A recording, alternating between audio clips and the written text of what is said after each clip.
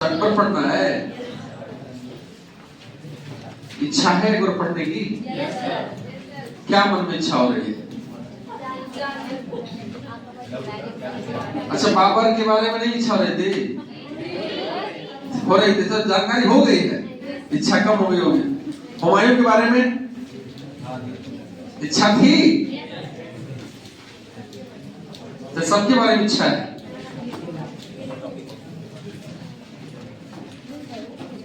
Jodha Akbar movie देखे आप लोग? कितने लोग देखे?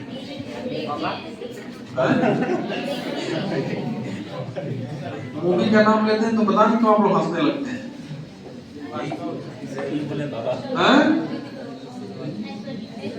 अरे हाँ, सबको पता है ऋतिक रोशन, ऐश्वर्या राय, लेकिन देखे कि नहीं देखे? सब देखे? चलिए आइए हम लोग चलते हैं मुगल वंश में, ठीक है। और आज मुगल वंश का तीसरा शासक है अकबर। अकबर को महान शासक कहा जाता है। हालांकि अकबर एक उपाधि भी बन गई है। ये कहते हैं कश्मीर का अकबर किसको कहते हैं? जैनुल आबदीन। ये लग रहा है कि अकबर एक उपाधि लग रही है। एक उपाधि है विक्रमादित्य की, सुना ना? ठीक है, अकबर, ठीक है। मुगल वंश का तीसरा शासक है अकबर। क्लियर है? अकबर को महान शासक कहा जाता है और इसका टाइम पीरियड है 1556 से लेकर के 1605। क्लियर है? आइए समझते हैं अकबर के परिचय के बारे में समझते हैं। परिचय होता है ना कि पहले अगर आप कहीं जाते हैं इंटरव्यू देने के तो पहले आपका इंट्रोडक्शन होता है, नहीं होता है? नाम बताइए, अपना पता बताइए, क्वालिफिकेशन बताइए, होता है ना? इस सब इंट्रोडक्शन तो बड़ा जरूरी है, इंट्रोडक्शन, ठीक है।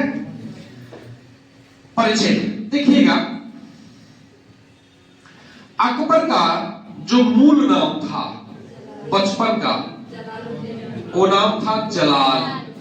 क्या नाम था? जलाल। क्लियर है? इसका जन्म हुआ है 15 अक्टूबर 1542 को। कब हुआ है? 15 अक्टूबर 1542 को। और ये हुआ है अमरकोट में। कहाँ हुआ है?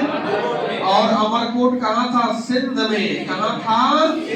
और अमरकोट में एक थे सरदार रणवीर साल, इन्हीं के महल में हुआ है। किसका जन्म हुआ है? अकबर के पिता का नाम सबको पता है, हुमायूं। माता का नाम हमीदा बानो बेगम। हमीदा बानो बेगम। क्लियर है?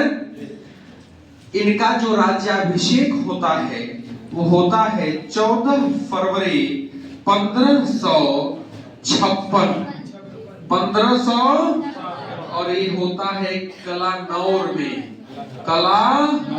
कलानौर गुरदासपुर में है, जो आज का समय है पंजाब राज्य का।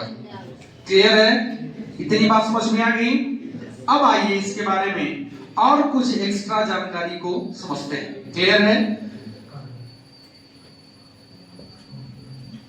अकबर एक महान शासक था। अकबर महान शासक क्यों था, आखिरकार ऐसा क्यों है, ये सब हम समझेंगे आगे चलकर, ठीक है ना? देखिएगा, प्रारंभिक जीवन।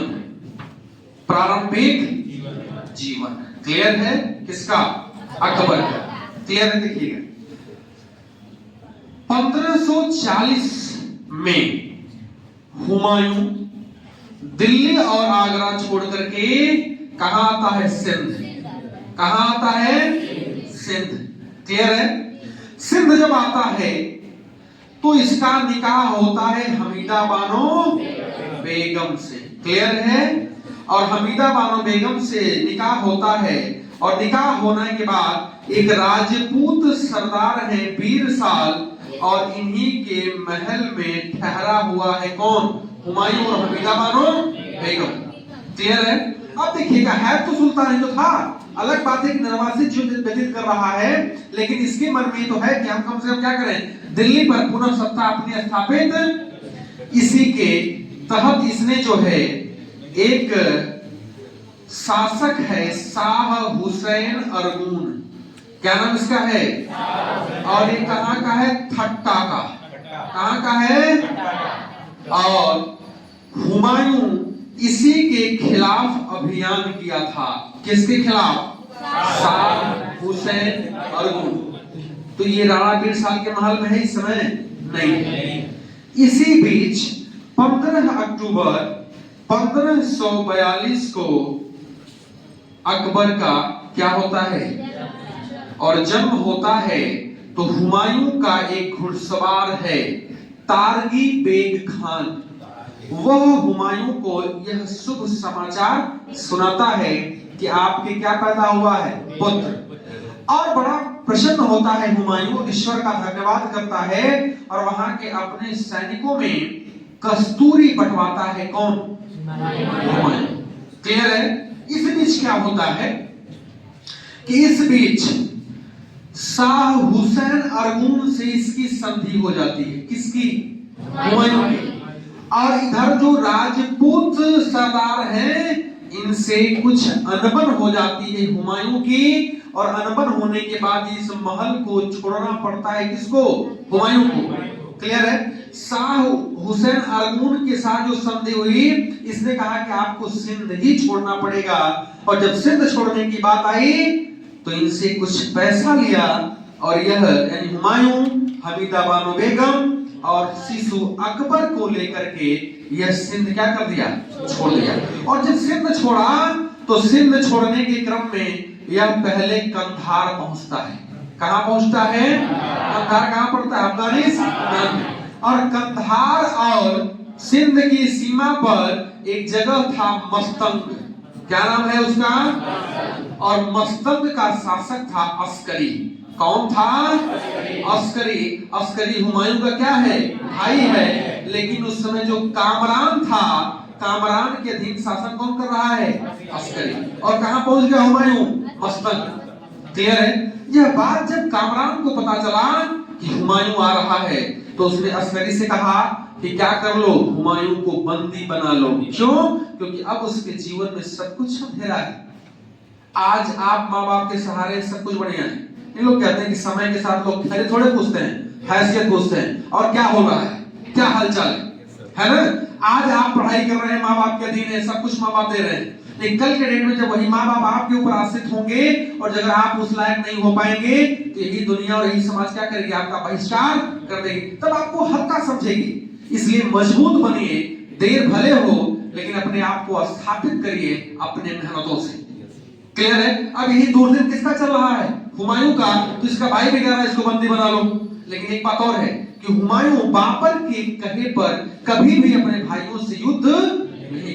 कितना उदार था हुमायूं, सोचिए पूरी प्रॉपर्टी को अपने भाइयों में बांट दिया था हुमायूं, और कहा गया कि इसकी सबसे बड़ी कमजोरी थी। लेकिन फिर भी जब हुमायूं की इस बात का चला पता कि अस्करी उससे युद्ध करना चाहता है, तो उसने कहा कि हम अपने भाई से युद्ध, और चुपचाप क्या किया कि कंधार में जो अकबर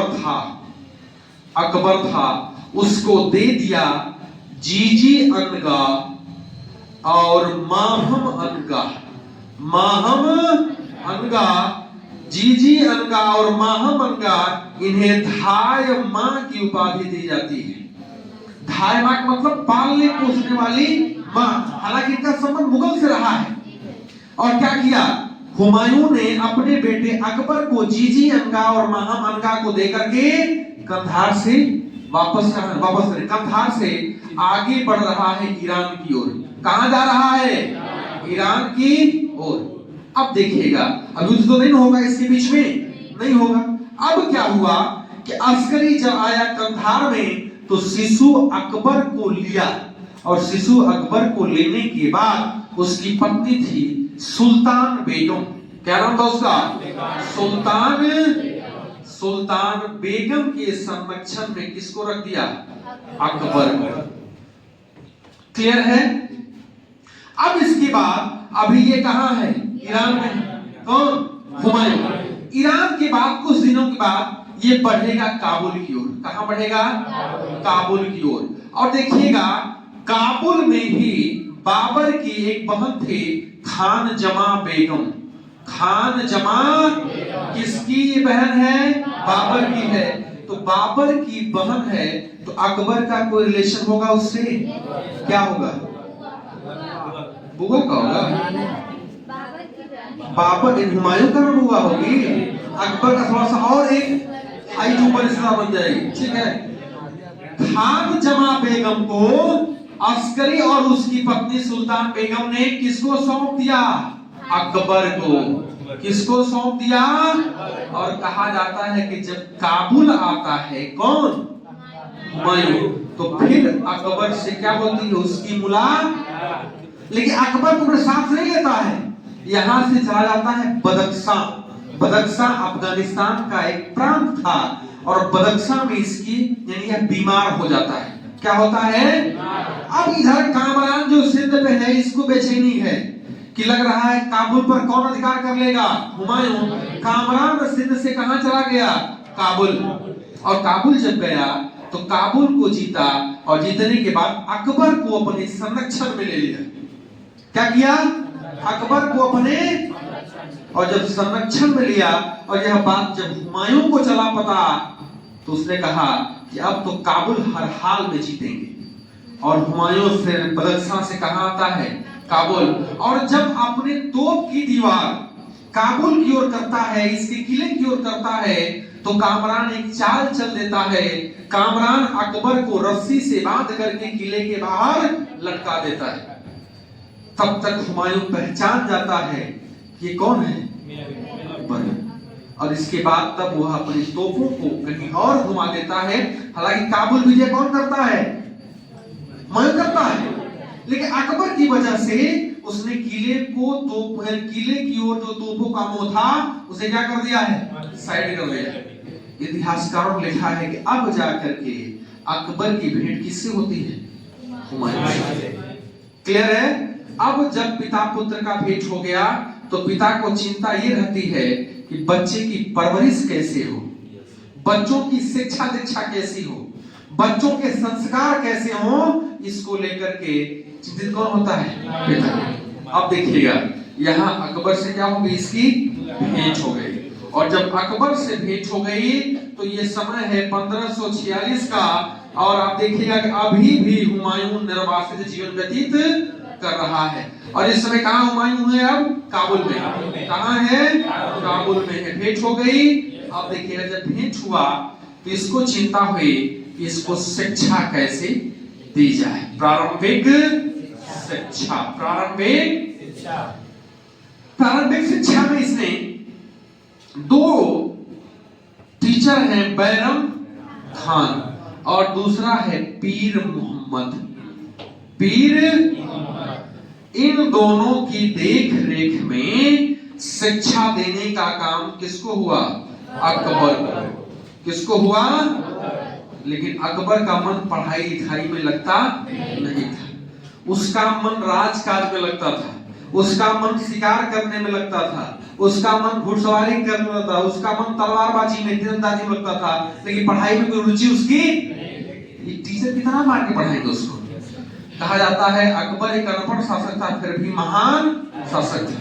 यानी इसका ध्यान शिक्षा दीक्षा की ओर नहीं गया, शिक्षा की ओर नहीं गया। ठीक है। इसका ध्यान किधर गया? शिकार, तलवारबाजी, घुड़सवारी, तीरंदाजी, यानी जो भी राजकाज का। जब इसको लगा हुमायूं को कि पढ़ेगा नहीं अब, तो हमारे यहाँ क्या है कि जब आप नहीं पढ़ेंगे, ठीक है, तो लोग क्या करेंगे? विवाह कर दीजिए। क्या कर दीजिए? विवाह कर दीजिए।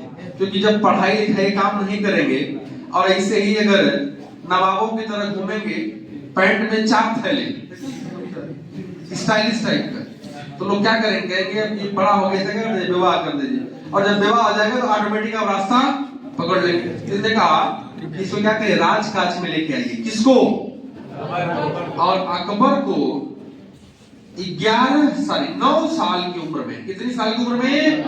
9 साल की उम्र में गजनी का क्या बना दिया इसने? गवर्नर। किसको बना दिया? और इसी 9 साल में इसका विवाह भी किया गया। किससे कर दिया गया? रुकैया बेगम से। किससे किया गया?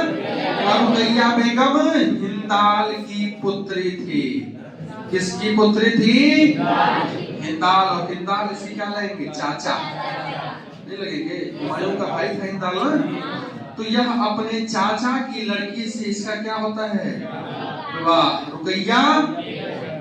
क्लियर है? अब देखिएगा, यहाँ इसको अपने प्रतिभा को निखारने का अवसर खूब मिलता है। किसको? अकबर। इधर हुमायूं परेशान है। और हुमायूं का आपको पता है कि जून 1555 में एक युद्ध होता है, सरहिंद का युद्ध। और सरहिंद का जब युद्ध होता है तो उस युद्ध में हुमायूं का साथ अकबर भी देता है। और यह युद्ध अकबर को ही समर्पित कर दिया। किसने? हुमायूं। हमें लग रहा है कि अब यहां से अकबर धीरे धीरे आगे बढ़ रहा है। क्लियर है? इसके बाद अब क्या हुआ कि सरहिंद कहां था? पंजाब में सिकंदर खां सूर था ना। सिकंदर खां सूर था। अब जब ये हारा है तो अब पंजाब की जिम्मेदारी किसको दे दी है? अकबर को। किसने दे दिया है? क्लियर है? तो शिक्षा दीक्षा से कैसे राजकाज में आया? राजकाज के बाद इसने कहां भाग लिया? सरहिंद के युद्ध में। इसके बाद इसने कहां की दे दी जिम्मेदारी? पंजाब। क्लियर है? अब इसके बाद देखिएगा, आगे बढ़ेगा अकबर।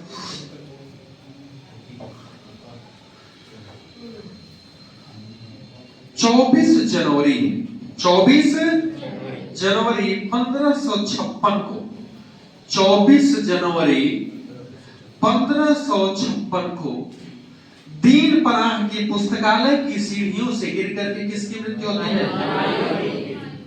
क्या होती है? मृत्यु। क्लियर है? हुमायूं मर गया है। हुमायूं, अब दिल्ली की सत्ता क्या है? खाली है। आगरा भी खाली है। अब सोचिएगा, पंजाब में कौन है? अकबर है। इसके साथ संरक्षक कौन है? बैरम खान। क्या है इसका? संरक्षक है। दिल्ली में हुमायूं मर गया है। कब मरा है? 24 जनवरी 1556। लेकिन इसके मरने की खबर 17 दिन तक गुप्त रखी गई है। ठीक है? मरने की खबर इसकी 17 दिन तक गुप्त रखी गई है। क्यों? क्योंकि अगर कोई मरने का समाचार सुन लेगा तो ये पूरे सल्तनत यानी पूरे मुगल जो साम्राज्य का क्षेत्र है वहां पे अशांति भी हो सकती है, वहां पे विद्रोह भी हो सकता है। इसलिए 17 दिन तक इसके मरने की खबर छुपाई रखी गई। और इसके जगह एक व्यक्ति था, मुल्ला बेकसी। क्या नाम इसका है? मुल्ला बेकसी। एकदम हुमायूं का यानी एक कट था। कट का मतलब उसकी आकृति हुमायूं से मिलते जुलते थे। मुल्ला बेकसी को 17 दिन तक शाही लिबास पहना करके इसको महल से जनता के दर्शन करवाए जाते। जनता को इस बात का भनक न लगे कि हुमायूं मर गया। क्लियर है? देखिएगा, 14 फरवरी 1556। अब देखिएगा, अकबर कहाँ है? पंजाब में है। यहाँ काम खत्म हो गया है। जब जानकारी मिलेगी तो बैरम खान ने क्या किया? अकबर का राज्याभिषेक कर दिया पंजाब में ही। और जगह कहाँ है? कलानौर। और टाइम है 14 फरवरी 1500। और अकबर क्या बन गया? अगला बादशाह।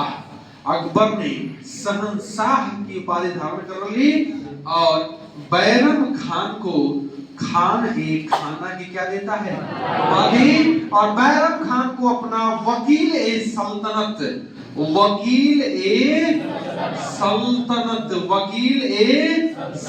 यानी इसका मतलब होता है वजीर। यानी अपना वजीर किसको बनाया?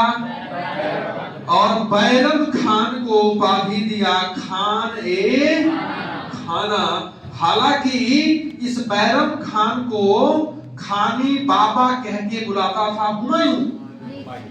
चूंकि बैरम खान का संबंध हुमायूं से बढ़िया था, हुमायूं के बेहतर जीवन में भी, हुमायूं के दुर्दिन में भी बैरम खान ने हुमायूं का साथ दिया है, इसलिए हुमायूं इसे खानी बाबा कह करके बुलाता था। लेकिन अकबर इसे क्या दे दी उपाधि? खाने। क्लियर है? अब देखिए, अब अकबर क्या बन गया है? बादशाह बन गया है कहां? भी पंजाब में। क्लियर है? अगर हम इस समय की स्थिति को देखेंगे तो बहुत सारी समस्याएं हैं, कठिनाइयां हैं। क्या कठिनाई? पहली बात तो ये है कि बिहार और बंगाल में अफगान है। कौन है? अफगान अभी पूर्णतः पराजित नहीं है। अफगान में अभी भी सिकंदर खासूर है, अभी भी आदिल शाह है, जिसके बारे में भी हमने आपको सुर साम्राज्य पढ़ाया था। क्लियर है? इधर कौन है? अफगान है। इधर दिल्ली और आगरा अकेली है, कोई है बादशाह? नहीं। पंजाब में अभी अकबर और बैरम खान है, ठीक है, फिलहाल अभी है, लेकिन ये जब आएंगे तो ये भी क्या हो जाएगा? खाली हो जाएगा। इधर उड़ीसा और तेलंगाना आजाद हो चुके हैं, किससे? मुगल सत्ता से। इधर दक्षिण भारत के राज्यों में खानदेश, अहमदनगर, बीदर, बरार सब आजाद हो चुके हैं। और इसी समय भारत में विदेशी सत्ता का आगमन हुआ है, पुर्तगालियों का, और पुर्तगालियों ने दमन और दीव और गोवा पर क्या कर लिया है? क्लियर है? नहीं लग रहा है कि बड़ी कठिनाई है अकबर के लिए? ठीक है, इन चुनौतियों का सामना कौन करता है? अब देखिएगा, इधर जो अफगान है, इन्हीं अफगानों का एक सपोर्टर है हेमू। हेमू का नाम सुने हैं आप? देखिएगा, हेमू का नाम था हेमचंद्र। क्या नाम था? हेमू एक वैश्य जाति का था। वैश्य का मतलब बनिया, और बनिया का मतलब व्यापारी। कोई है इसमें? है ना? बनिया का मतलब व्यापारी। सोचिएगा कि यह जो हेमू था वह पहले नमक बेचा करता था, और आगे चल करके इस्लाम शाह यानी शेर शाह सूरी के मरने के बाद इस्लाम शाह बना था। इस्लाम शाह के काल में हेमू बाजार का अधीक्षक नियुक्त किया गया, लेकिन जब आदिल शाह आया तो उसके काल में हेमू को वजीर बना दिया गया। क्या बना दिया गया? वजीर। क्लियर है? अब इधर दिल्ली, आगरा सब खाली है, और हेमू अफगानों का सपोर्टर समर्थक है। हेमू इस समय चुनार में है। कहां है? चुनार में है, और कहा कि अब इससे बढ़िया मौका नहीं है आगरा और दिल्ली पे कब्जा करने का, क्योंकि हुमायूं मर गया है। अकबर कहां है? पंजाब में है। अगर हम दिल्ली पे कब्जा कर लेंगे तो दिल्ली हमारी अब मुगल सत्ता के सब दोबारा हो। और हेमू चुनार से अपने सैनिक को लेकर कहां पड़ता है? पहले आगरा। पहले कहां आता है? और आगरा में यहाँ का सूबेदार है इस्कंदर खान। कौन है? इस्कंदर खान उज्बेक, इसका पूरा नाम। ये हेमू के डर से आगरा छोड़ कहां भागता है? दिल्ली। और आगरा पे कौन कब्जा कर लेता है? हेमू। कौन करता है? हेमू। इसके बाद आगरा से कहां निकलता है? दिल्ली। और दिल्ली पे है तारगी बेग। कौन है? और तारगी बेग हेमू से युद्ध करता है, लेकिन पराजित हो जाता है, भाग जाता है। इसका मतलब इस्कंदर खान भी छोड़ दिया आगरा, तारगी बेग भी छोड़ दिया दिल्ली, ये दोनों खाली हो गए। दोनों पे कब्जा कौन कर लिया? हेमू। यानी कहा गया कि मध्यकालीन भारत में अगर किसी हिंदू ने अगर दिल्ली पे कब्जा किया है तो किसने किया है? और कहा गया कि इसमें कब्जा करने के कारण इसने विक्रमादित्य की उपाधि ली है, और 14वीं उपाधि यही लिया है। किसने? हेमू ने। हमने आपसे बताया था इंडिया में कि 14 उपाधियां ली है इतिहास में। क्या जितने भी राजा थे उसमें 14 उपाधि किसकी थी? विक्रमा।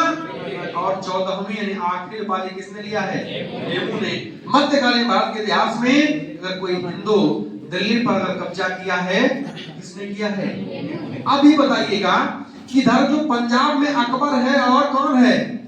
बैरम खान। इसके सलाहकार क्या कहेंगे कि दिल्ली मत जाइए, बड़ा गड़बड़ है ना, क्योंकि दिल्ली पर कब्जा किसी और का हो गया है, और आप कहां चल चलिए? काबुल, वहां सुरक्षित रहेंगे। क्लियर है? लेकिन बैरम खां और अकबर ने साहस दिखाया, कहा कि नहीं, हम दिल्ली को ही अपने कब्जे में लेंगे, चाहे कुछ भी करना पड़े। और इधर बैरम खां और अकबर आगे बढ़ते हैं दिल्ली की ओर। तब तक जालंधर, कहां पड़ता है? पंजाब में। जालंधर में ये जो भगौड़े थे, इस्कंदर खां और तारगी बेग, और एक और भगौड़ा था दिल्ली का, अली कुली, ये तीनों किससे मिलते हैं? बैरम खां और अकबर से। तीनों भगौड़े थे। बैरम खां ने क्या किया? तारगी बेग को मरवा दिया। इतिहासकारों ने लिखा है कि तारगी बेग को मरवाने के पीछे का जो मूल कारण था कि पहली बात ये कि जो भगोड़े हैं इनको पनिशमेंट दिया जाए। सोचते हैं भागने का पनिशमेंट मिलता है, नहीं मिलता है? अगर आप इस फील्ड से छोड़ करके भाग जाइएगा तो पनिशमेंट नहीं मिलेगा। कैसा पनिशमेंट होगा? आजीवन कारावास? हाँ, 4 माह की जेल। वो जो पनिशमेंट मिलेगा उसको आप खुद महसूस करिएगा।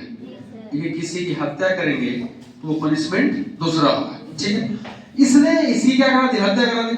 दूसरी बात कहा गया, लिखा है इतिहासकारों ने, कि इसके हत्या कराने के पीछे एक और भी था कि मुगलों यानी मुगल जो सेना है उनका मनोबल भी ऊंचा करना था, ठीक है? तीसरा था कि जो सरदार कह रहे थे कि भाग जाइए काबुल, उसको भी थोड़ा सा क्या करना है, उनको दिखाना है कि नहीं हम काबुल नहीं, हम कहां जाएंगे? ले जाएंगे। अब क्या हुआ कि अब जालंधर के बाद अकबर और बैरम खान की मुगल सेना सरहिंद पहुंची। कहां पहुंची? और सरहिंद के बाद पहुंचती है पानीपत। कहां पहुंचती है? पानी। और इधर से हेमू की सेना भी कहां आती है? पानीपत। अब पानीपत का युद्ध होने वाला है 5 नवंबर 1556। अब देखिएगा कि जब पानीपत पहुंचती है तो लिखा है, इतिहासकार है आरपी त्रिपाठी, उन्होंने लिखा है कि हेमू का जो हारना है वह दुर्घटना है, लेकिन अकबर जो जीता है उसको एक दैवीय संयोग माना है। समझते हैं ना? ईश्वर की कृपा हो जाए उसे क्या कहते हैं? दैवीय संयोग कहते हैं। अब देखिएगा, हेमू के पास तोपखाना था। क्या था? लेकिन हेमू ने क्या किया कि उस तोपखाने को साधारण अधिकारियों के नेतृत्व में आगे बढ़ा दिया। तो तोपखाने का कितना महत्व है? बाबर के काल में जो पानीपत का फर्स्ट वार हुआ था उसके जीत के पीछे तोपखाना ही प्रमुख था। क्लियर है ना? लेकिन इसने क्या किया कि तोपखाने को कुछ साधारण अधिकारियों के नेतृत्व में आगे बढ़ा दिया। अब जब उस पे बेहतर निशानेबाज नहीं होंगे, उसके ऑपरेशनल स्टाफ अच्छा नहीं होगा तो उसका यूज हो पाएगा? नहीं हो पाएगा। हम कह रहे हैं कि ठीक है, हम S-400 ला के बॉर्डर तुरंत कर दे रहे हैं। S-400 एयर डिफेंस सिस्टम है, लेकिन जब उसको ऑपरेट ही नहीं कर पाएगा तो मिसाइल मार पाएगा? नहीं मार पाएगा। इसका फायदा कौन उठाया? अकबर का था सेनापति अली कुली। कौन था? अली कुली। और उसने उसके तोपखाने पर क्या कर लिया? अधिकार कर लिया।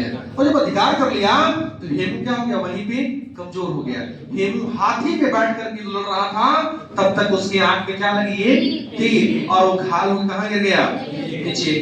उसका महावत, समझते हैं महावत क्या होता है? जो हाथी को नियंत्रित कंट्रोल करता है, ठीक है?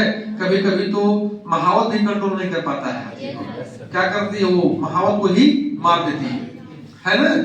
इस महावत ने इसे पकड़ करके एक सुरक्षित स्थान पर ले आया, उठा करके, लेकिन फिर भी मुगल अधिकारियों ने क्या कर लिया? उसको पकड़ लिया और ले गए अकबर के सामने पेश किया।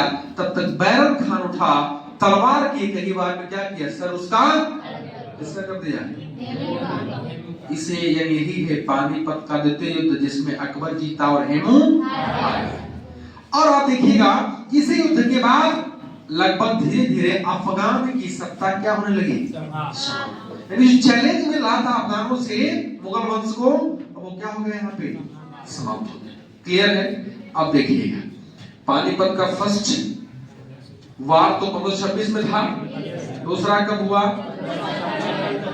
1500 किसके बीच में हुआ?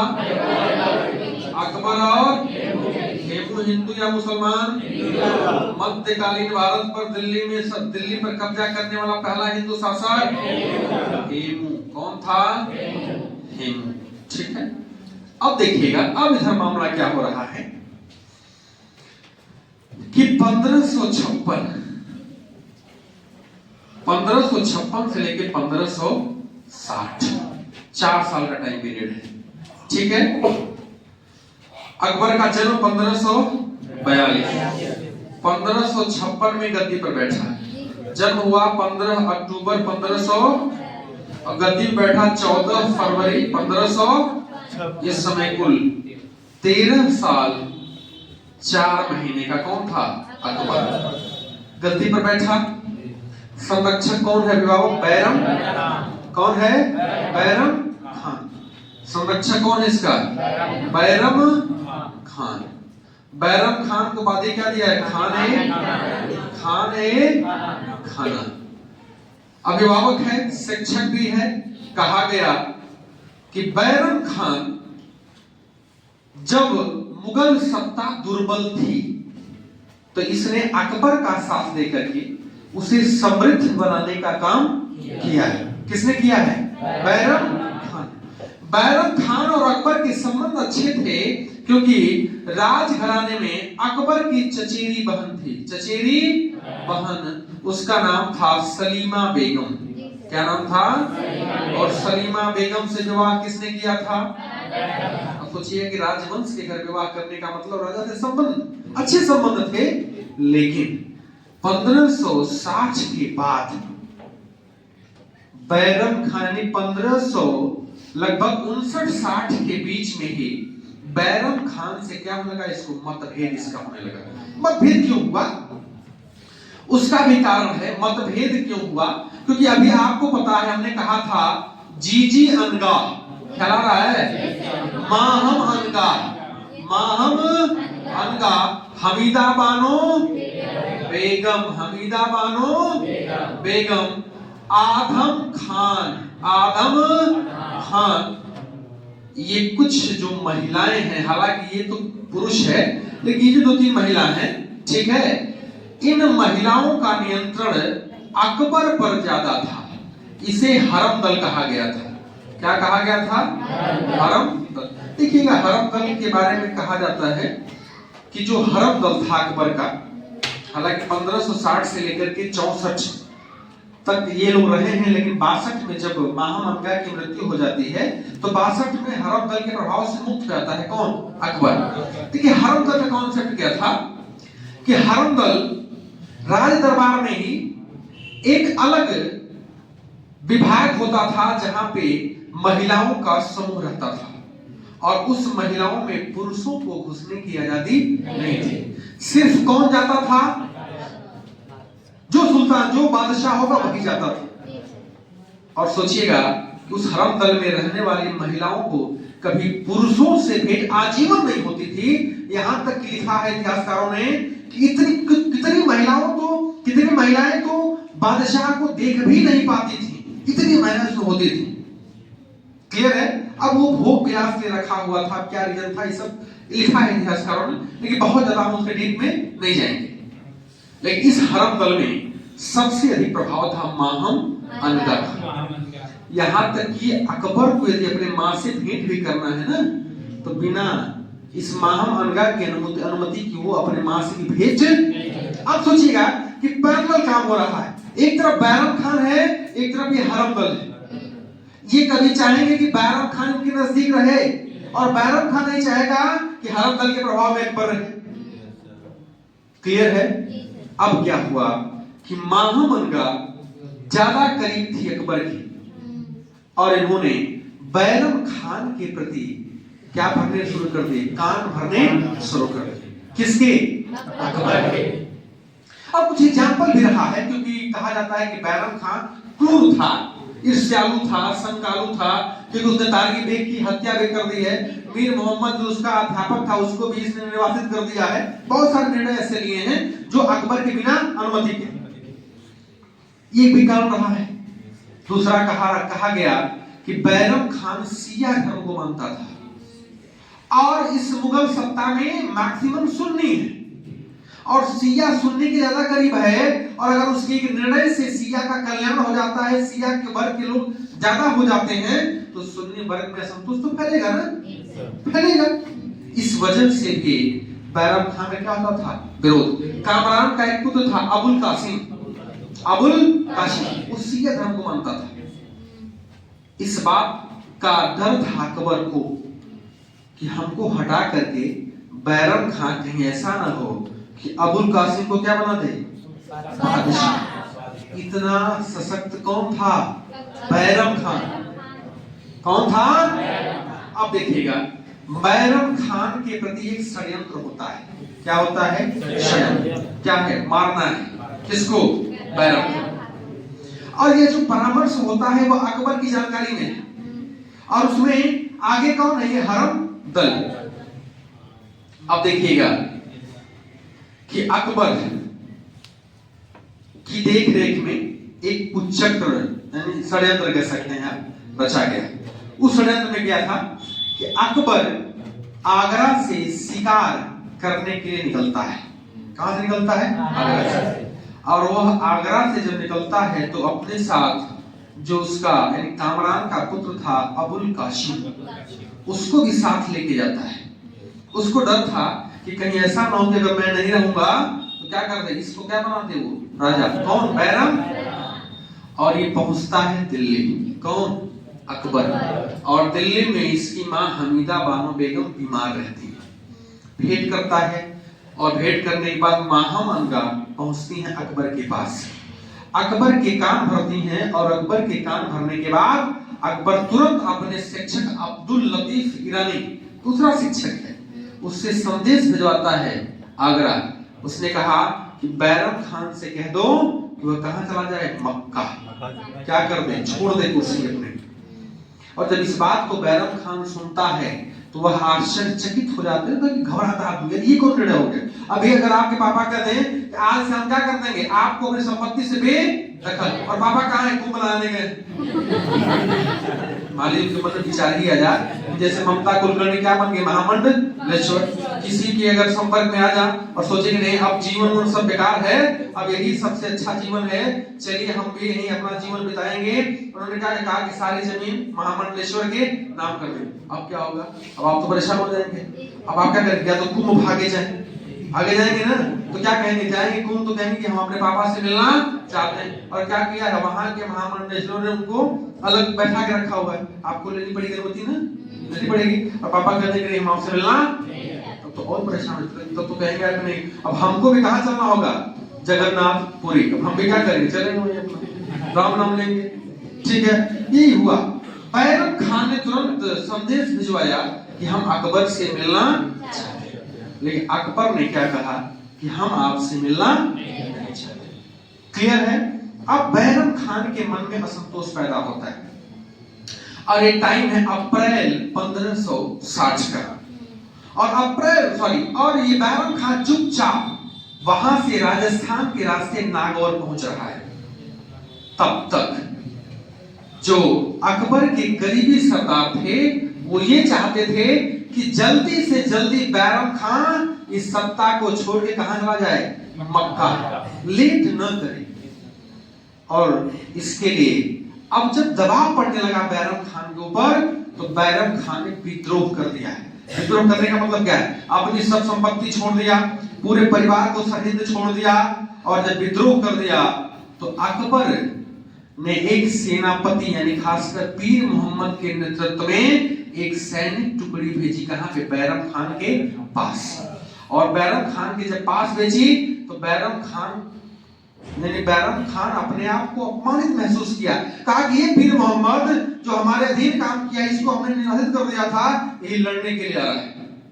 और कहा गया कि शिवालिक जो पर्वत है उसकी तराई में ब्यास नदी के किनारे एक युद्ध हुआ था, दिलवाड़ा का युद्ध। और उस दिलवाड़ा के युद्ध में किसकी हार हुई थी? बैरम खान। और जब बैरम खान की हार हुई तो बैरम खान जाकर के साष्टांग प्रणाम किसको करता है? अकबर को, पैरों पे गिर जाता है। अकबर उसको उठाता है राजकीय सम्मान के साथ अपने दाहिने बिठाता है किसको? बैरम खान। उसको वस्त्र देता है और वस्त्र देने के बाद उसके सामने 3 विकल्प रखता है। कहता है या तो आप कालपी और चंदेरी का क्या बन जाए? सूबेदार बन जाए। दूसरा कहा कि या तो आप शहंशाह के सबसे करीबी सलाहकार बन जाएं, नहीं तो आप कहां चले जाएं? मक्का। उसने कहा कि बताइए, जब हमने पूरे मुगल सल्तनत था, सारी मुगल जो सीमा थी, या मुगल वजीर के रूप में हमने काम किया है और हम आज सूबेदार बनेंगे? उसको लगा कि नहीं, तो मेरा अपमान हो रहा है। उसने कहा कि नहीं, अब हम कहां जाएंगे? मक्का। कहा कि अपना जोर कहां बिताएंगे हम? मक्का। और कहा गया कि हम मक्का के लिए प्रस्थान किया है और गुजरात में पाटन नामक जगह पर एक अफगान है मुबारक खान, उसने क्या कर दी है? इसकी हत्या कर दी। क्योंकि मुबारक खान ने हत्या इसलिए की है क्योंकि मछुआरा का जो युद्ध हुआ था, उस मछुआरा के युद्ध में मुबारक खान के पिता की हत्या किसने किया था? बैरम। और जब इसकी हत्या का खबर कौन सुनता है? अकबर। तो बड़ा दुख होता है, उसको दुखी होता है। क्लियर है? और दुखी होता है चूंकि इसकी जो औरत थी, किसकी? बैरम खान की, सलीमा बेगम, उसका 4 वर्ष का पुत्र था अब्दुल रहीम। कौन था? अब्दुल। वह इस दयनीय स्थिति में भाग करके गुजरात के अहमदाबाद पहुंचते हैं और जब इस बात का पता होता है अकबर को, तो उसे शाही जो रोड था उस माध्यम से दिल्ली बुलवाता है। कौन? अकबर। और सलीमा बेगम से विवाह करता है। क्या करता है? और अब्दुल रहीम को खाना की उपाधि दे करके उसे अपने पुत्र की भांति उसको शिक्षा और संस्कार देता है, जो आगे चल करके अब्दुल रहीम खान खाना एक विशिष्ट सेनापति और विद्वान बनता है। ट्रांसलेशन डिपार्टमेंट जो था अकबर का, वो अब्दुल रहीम खान खाना के नेतृत्व में ही था। क्लियर है? आपको पता होगा कि सलीमा बेगम जब बूढ़ी हो चुकी थी अकबर के मरने के बाद, तो सलीमा बेगम की सेवा में नियुक्त हुई थी मेहरुन्निसा। ख्याल आ रहा है? और वहीं जहांगीर और मेहरुन्निसा क्या हुआ था? दर्शन हुआ था। दर्शन ना? और जब दर्शन हुआ तो मोहित कौन हो गया? जहांगीर। और कहा कि क्या करिए, आइए हमसे विवाह करिए। और नाम क्या रखा उनका? नूर। क्लियर है ना? ये वही सलीमा बेगम है, यानी अब्दुल रहीम जो खाना की आप बात करते हैं, वो किसका पुत्र था? बैरम। अब इधर देखिएगा कि अब हरम दल का प्रभाव बढ़ेगा, नहीं बढ़ेगा? किसकी मृत्यु होगी? बैरम। और हरम दल में स्त्री और उसकी सगी संबंधी ही है उसमें, और सबसे ऊंचे पद पे कौन है? माहम अनगर, जो अकबर के काफी करीब है। एक तरफ बैरम खान से मुक्त होता है, तो एक तरफ भी स्त्रियों का वर्चस्व उसके ऊपर। इसे पर्दा रूल कहा गया है, पर्दा शासन कहा गया है, क्योंकि 1560 से 64 के बीच में हरम दल का प्रभाव रहा है। ठीक है, हालांकि अपने आप को पूर्ण रूप से हरम दल से मुक्त कर लिया था 1562 में अकबर ने। कैसे किया देखिएगा। अब देखिएगा, हमने आपसे कहा था कि इस हरम दल में हमीदा बानो बेगम है, जीजी अनगा है, माहम आदम। देखिएगा, माहम अनगा का पुत्र है आदम। कौन है? अब सोचिएगा कि जब माँ इतना करीब है तो बेटा भी करीब नहीं होगा? वो भी तो अपना वर्चस्व दिखाएगा ना। देखिएगा, गद्दी पर बैठने के बाद जब साम्राज्य विस्तार की बात आती है, तो अकबर 1561 में पहला अभियान करता है मालवा का। कहां करता है? मालवा। और मालवा का शासक है बाज बहादुर और उसकी पत्नी है रूपमती। ये दोनों संगीत के बड़े प्रेमी थे। कौन? बाज बहादुर। और जब संगीत के दोनों प्रेमी होंगे तो कहा गया कि मालवा का राजकाज अच्छा से चल नहीं रहा। दूसरी बात क्या है, ये जो अकबर है, इसने दिल्ली की सीमा अलवर, जयपुर और मेवाड़ तक कर ली थी, और जब कर ली थी तो इसकी सीमा मालवा से टकराती थी, तो इस वजह से भी इसने मालवा का अभियान किया है। तीसरी बात कहा है कि मालवा अगर जीत लेगा तो दक्षिण भारत के विजय का रास्ता साफ हो जाएगा। इस वजह से इसने माहम अनगा के पुत्र आदम खान के नेतृत्व में, यानी पीर मोहम्मद भी था इसमें, आदम खान और पीर मोहम्मद के नेतृत्व में अकबर 1561 में कहां का अभियान भेजता है? मालवा। और वहां पे कौन है? बाज। कहा गया कि युद्ध हुआ, लेकिन युद्ध में कौन हारता है? बाज। और वो युद्ध में हारने के बाद वहां से भाग जाता है, और भागने के बाद ये आदम क्या क्या करता है? मालवा के धन संपत्ति को लूटता है। लूटने के बाद वह अकबर को देता। उस समय मालवा की राजधानी थी सारंगपुर। कहाँ थी? धन में अकबर को कोई हिस्सा नहीं मिलता है। जब इस बात का चलता है पता किसको? अकबर को। तो अकबर कहाँ भाग जाता है? मालवा। और क्या करता है? पूरा धन अपने कब्जे में कर लेता है, और कब्जे में करने के बाद पीर मोहम्मद को मालवा का क्या मानता है? शासक। और कहाँ चला जाता है? दिल्ली और आगरा। लेकिन इधर अभी बाज बहादुर है। बाज बहादुर आता है दक्षिण अहमदनगर और बरार की सहायता से मालवा को पुनः विजित करता है और पीर मोहम्मद को भगा देता है। पीर मोहम्मद जब नर्मदा नदी को पार कर रहा था तो घोड़े से कहां गिर गया? नदी में, और उसकी क्या हो गई? हालांकि आगे चल फिर मालवा को जीत लिया, अकबर ने जीत लिया फिर मालवा। क्लियर है? अब देखिएगा कि जो आदम खां था इसने अकबर के साथ बेईमानी की थी। इस बात का क्यों पता? अकबर को कहा गया कि शहाबुद्दीन अतका, ये माहम अनगा का दामाद था। शहाबुद्दीन अतका किसका था? माहम अनगा का दामाद। बहनोई किसका था? आदम। इसने शहाबुद्दीन अतका को मार दिया। किसने? आदम खान। इसके बाद इसने खुली तलवार लेकर के अकबर के दरबार में घुस गया। कौन? आदम खान। और जब घुस गया तो अकबर ने कहा पकड़ लो इसको, और पकड़ लिया गया। इसके हाथ पांव बंधवा दिए गए, और क्या किया गया? बिल्डिंग से इसको नीचे मर गया। बचना नहीं चाहिए उसको, मर ही जाएगा। और जब मर गया अब उतना ऊपर से कोई गिरेगा तो दिक्कत है ना। अब क्या किया? अकबर ने शहाबुद्दीन अतका और आदम खान दोनों के शव कहां भेज दिए? दिल्ली। और दिल्ली में कुतुब मीनार के निकट इनको दफना दिया गया। ठीक है। अब क्या हाल है? अब देखिएगा, ये समय 1562 का। इसी समय जो आदम खान की मां थी माहम अनगा, ये बीमार चल रही थी, और कहां थी? आगरा। कहां थी? आगरा। इनको अकबर संक्षेप में जानकारी दी, मरने की बात नहीं बताई थी, संक्षेप में दी। नहीं होता कि अगर कोई एक्सपायर हो जाता है लोग कहते हैं ये तबीयत बहुत खराब है, आइए भेंट कर लीजिए। अगर आप बैठ कर देंगे नहीं मर गए तो चलो पता कि उसको अगर आना है तो इतना तेज आएगा भागते गिरते पड़ते, कहीं ऐसा ना हो कि उसका भी एक्सीडेंट हो जाए। लोग क्या कर देंगे? ये तबीयत बड़ी गड़बड़ है, हम लोग ले जा रहे हैं हॉस्पिटल, आप आ जाइए। तो बार पूछता है ढेर खराब हो गया, ढेर दिक्कत हो गई क्या, कहीं कुछ अरे सोचता है आप कुछ। ठीक है। अब देखिएगा, लेकिन माहम अनगा को इस बात की जानकारी मिल गई कि आदम खान क्या हो गया है? मर गया। उसने अकबर को कहा कि आपने जो किया वो तो ठीक ही किया। किसने कहा है? माहम अनगा ने। और इस सूचना के 40 दिन बाद किसकी मृत्यु हो गई? माहम अनगा की। और जब माहम अनगा की मृत्यु होगी 1562 में, तो अभी ये हर दल काम करेगा? अपने आप को क्या कर लिया इसने? इस दल से पूर्णतः मुक्त कर लिया। कौन? अकबर।